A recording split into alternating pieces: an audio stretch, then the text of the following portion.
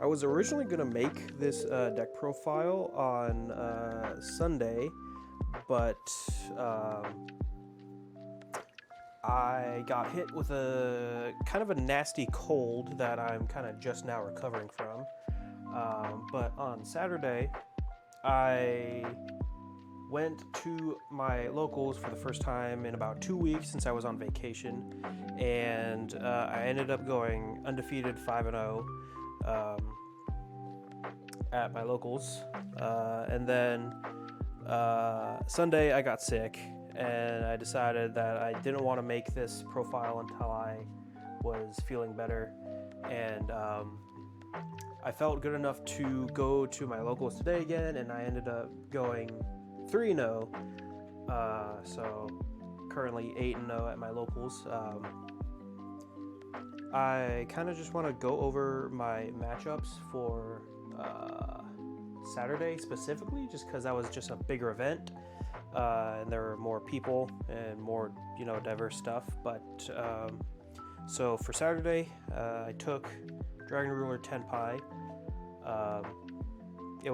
This is a list I've been tweaking with for a little while, taking some inspiration from other players who go to like regionals and nationals a lot. So on Saturday, for my first round, I played against Malice. I ended up taking that 2-0. Game 2, I didn't really open any hand traps, and my opponent opened Talents Thrust. Thrust. So he couldn't really use it because I didn't have any hand traps to use. So he was kind of down a card the whole game, and I ended up using all engine to break his board and then go into Tenpai combo to OTK him. Round 2 was against a rank 8 like turbo spam deck that I ended up just using my like floodgate monsters like Drago and Christia to kind of stop him from making his monsters. Round 3 was also against another Malice player. That one ended up being a 2-1 match. Game 3, I activated Meows on one of his banish effects, drew a card, and he didn't really want to extend, so I was just able to start doing Dragon Ruler stuff to go into Tenpai, and I took the game there. Round 4 was against a Ryziel Dogmatica Regenesis kind of pile deck, which is kind of weird to play against because like game 1 he started with like Regenesis and Dogmatica stuff, and then game 2 he went first and just started doing Ryziel combo, which was really weird, but it was kind of interesting to see. But I ended up taking that 2-1. And then round 5 was against Cyber Dragon, and that ended up being 2-0. And then just to go over quickly what I did for my Tuesday locals, I played against round 1 was Crystron. I think that was a 2-1 match. Round 2 was against it looked like pure Regenesis. That also ended up being 2-1. And then round 3 was against Memento, and that was, I can't remember if that was 2-0 or 2-1, but I ended up taking that match. So to stop this from being too long, I'm gonna get right into the profile from here.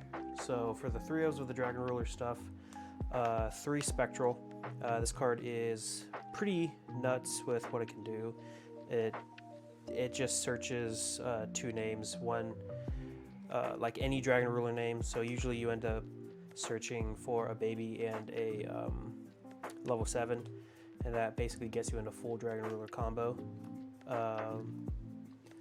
For the elemental ones, I took inspiration from a bunch of like YCS and regional or national topping lists, and decided to play 4 of each element, 2 level 7s and 2 babies. And the reasoning behind the ratio was that playing under Droll and playing under Lancia, the babies, like opening the babies, really helps you play through those. And over the past 2 locals, I can say for a fact that it really did help. One downside though to playing 2 and 2, whereas my last profile I was playing 3 of the big ones and 1 of the babies, was that I felt like I didn't have enough of the level 7s to use for Kazma's copying effect. So sometimes I saw like Blaster and a Burner in my opening hand, which meant, you know, I had to use both of them, so I was out a pop on my opponent's turn, which was a bit unfortunate because, you know, just the versatility of having every option available to you. But 2 and 2 was fine. It felt really good. Yeah, that's it for the elemental ones. Besides the 1 copy of Quad Chimera Drago, which is the main deck floodgate that you play because a majority of the decks in the format are light and dark based, like Ryziel, Malice, Mitsurugi. This card just basically stops all of it. For the Tenpai engine, I played 2 Genroku, 2 Pydra, and 1 Doradora. I played 2 of each of the names, and then 1 extra Searcher, because Doradora is just a really good card. You don't really use your normal summon, so getting into the Tenpai engine, banishing Blaster, searching Doradora is just really good. I played 2 of the Tenpai like searchers, because you go into Tenpai combo for your going first turn, and being able to use Bident as a level 7 for material for rank 7. You go through one of these, and I kind of wanted to have just as much searchable like names as possible that were like beneficial. So like on your first turn, you can go get Roku, summon Pydra from deck. Pydra effect will search Kaimin or the field spell, one or the other. And then on your follow-up turn, if you interrupt your opponent enough, you can summon back, or you can summon a second Pydra, search the second spell card. And that this has just been feeling like the perfect ratios for cards, because you usually always see a Tenpai card in hand. For the rest of it, 1 Chundra, 1 Fadra, 1 field spell, and 1 Kaimin. These cards are really good because they just put so much pressure onto your opponent, because if your Dragon Ruler stuff gets interrupted enough, you can just go into Tenpai combo and threaten an OTK, which is usually enough for an opponent to concede. But that is it for the Tenpai cards. For the hand traps, Floodgate hand traps are kind of the norm right now, so play 3 Prulia, 3 Fualos, 3 Ash Blossom. This isn't really a Floodgate card, but Droll is. These are just really good at making your opponent choose to either play into your Molcharmies or stop their turn, and then you have Tenpai cards in your main deck, so you just threaten an OTK from that. So they kind of have to do something or else they're dead. And then Droll just stops them from searching, getting too much advantage. And then the last hand trap was Magnamut, because opening Magnamut means that you have the chance to get into Tenpai combo on your turn, on your opponent's turn. So you can play a little bit of a turn 0 game if you go Magnamut, banish an opponent's card from grave, special summon, end phase, resolve this, search Genroku, and then Genroku, tribute, summon Pydra. Pydra set field spell, and you just threaten Tenpai. Tenpai is basically back in a little bit of a unforeseen way. But that is the main deck hand traps. The main deck count is 42. I've been playing with the main deck for past couple locals and in practicing, and I actually think there's really no other way for me to kind of improve on this. It kind of just suits my play style perfectly, and you know, it's what I'm comfortable with, so it's what I'm best with. Yeah, that's the main deck.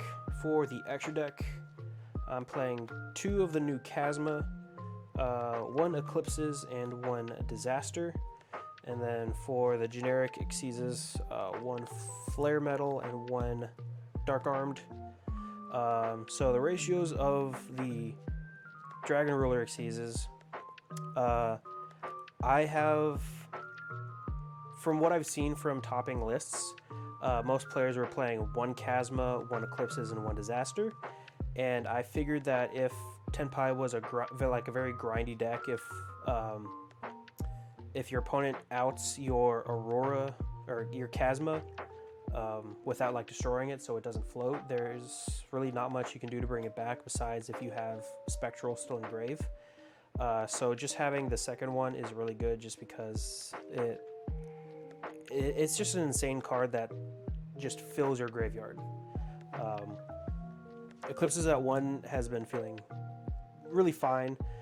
You only really need the 1, and then if your opponent doesn't out it and the Chasma, you really threaten your opponent's entire like field and grave getting board wiped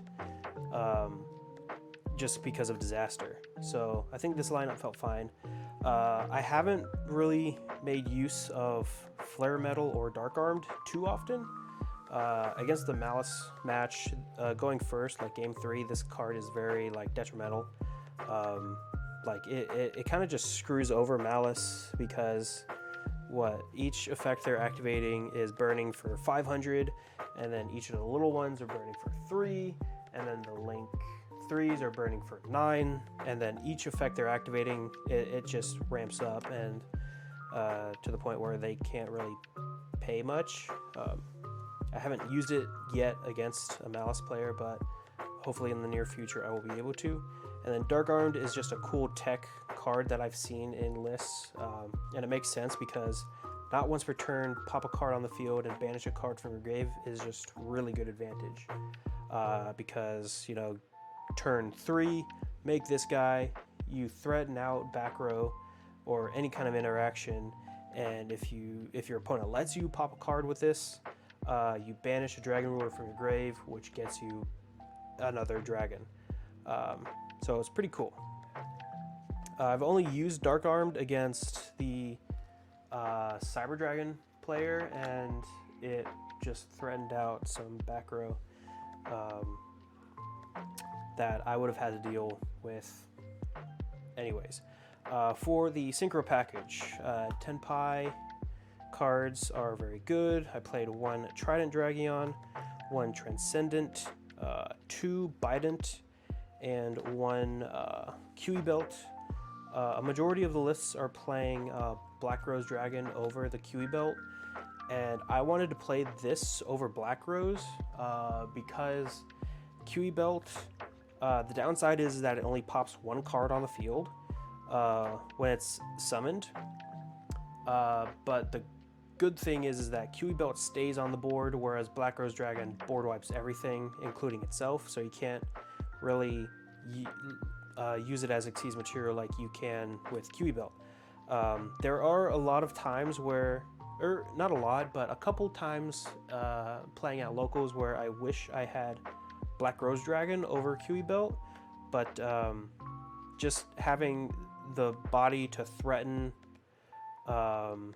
any card like an opponent's back row, while still being able to use it as Xyz material, I think is really good. I think 2 Bident is standard for any Tenpai,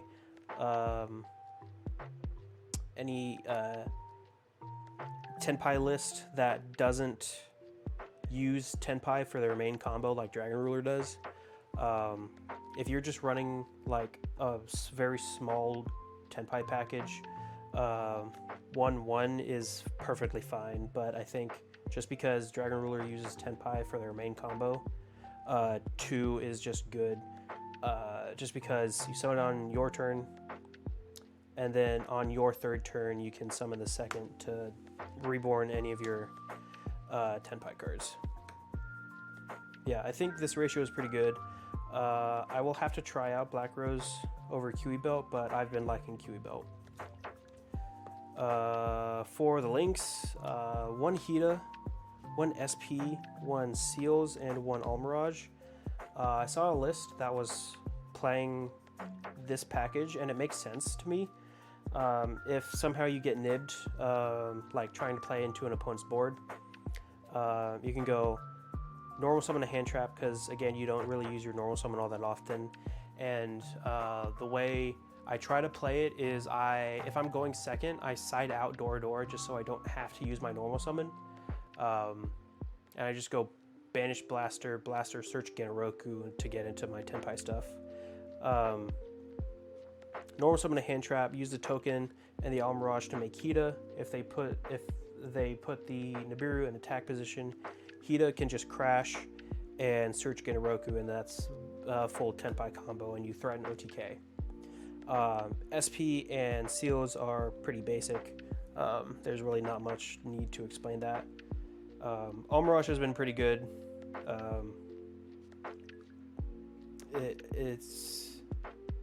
It's weirdly good, because you think having a striker dragon would be better just because the whole deck is dragons, but everything you normal summon in this deck is usually below 1,000 attack points. So Almirage is just weirdly nice in this list.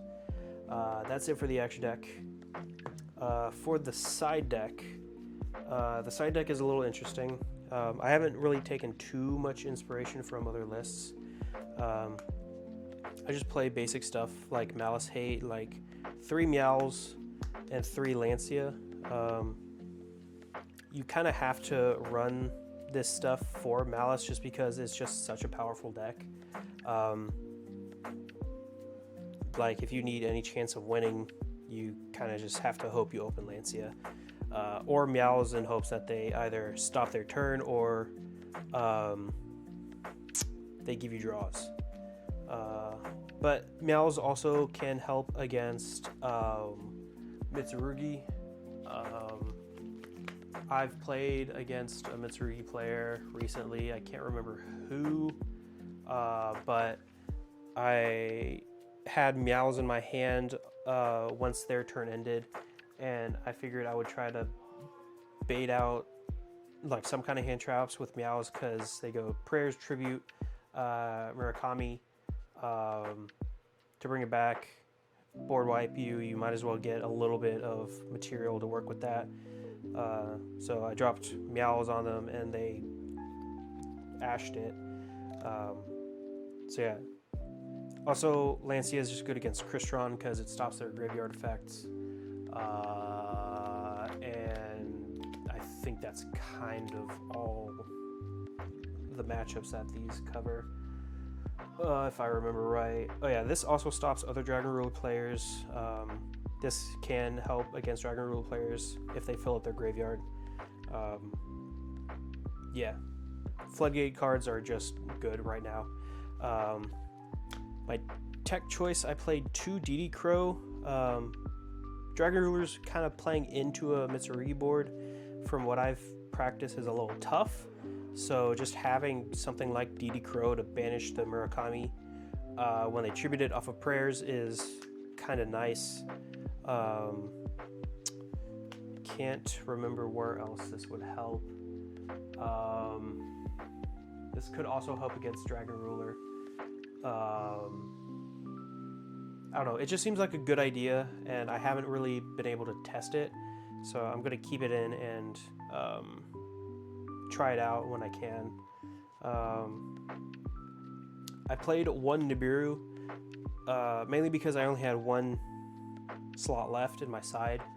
And I'm potentially post-side, I'm probably playing 9 Molcharmies. So being able to just draw into one Nibiru and not having to worry about drawing into another one later is good. Yeah, it just seems fine. I might cut it to play something else, but I don't know what. For the last of the monsters, I played one Christia, this card. I wasn't going to play this before just because I didn't really like the idea of floodgating myself, but the fact that it's such strong presence that your opponent has to out it kind of helps you if they out it, because then you can special summon again. And then of course with like Chasma and Eclipses, you've got ways to prevent your opponent from outing this, so it just becomes a massive beat stick as well. So it's been pretty good. For spells, double Lightning Storm and a Feather Duster for back row hate for like Malice or games 2 or 3, and I'm going second. It's been fine. And then the last 2 cards I've played Infinite Impermanence, just because right now it doesn't feel that great, weirdly enough, but I'm not really sure if I want to cut this or keep it in, just because with Dragon Ruler you want as many monster attributes in your hand, so these being trap cards kind of set you back a little bit, and they don't really they don't trade well with interrupting your opponent, because like if you, I don't know, I'm not really good at deck building enough to kind of explain this. I just wanted to try it out. Imperm hasn't really been coming up. I haven't been seeing it because, you know, it's at 2 in my list, but I will probably cut this and end up playing some more hand traps, or maybe some more going first cards, because I don't have a lot of those besides like Christia. But yeah, that is the deck profile I've been meaning to make. Hopefully it doesn't go on too long and make it boring. Let me know what you guys think of the list. Trying to think of if there's anything else I need to go over. I don't think so. Yeah, that's about it. Let me know what you guys think, and I will see you guys later.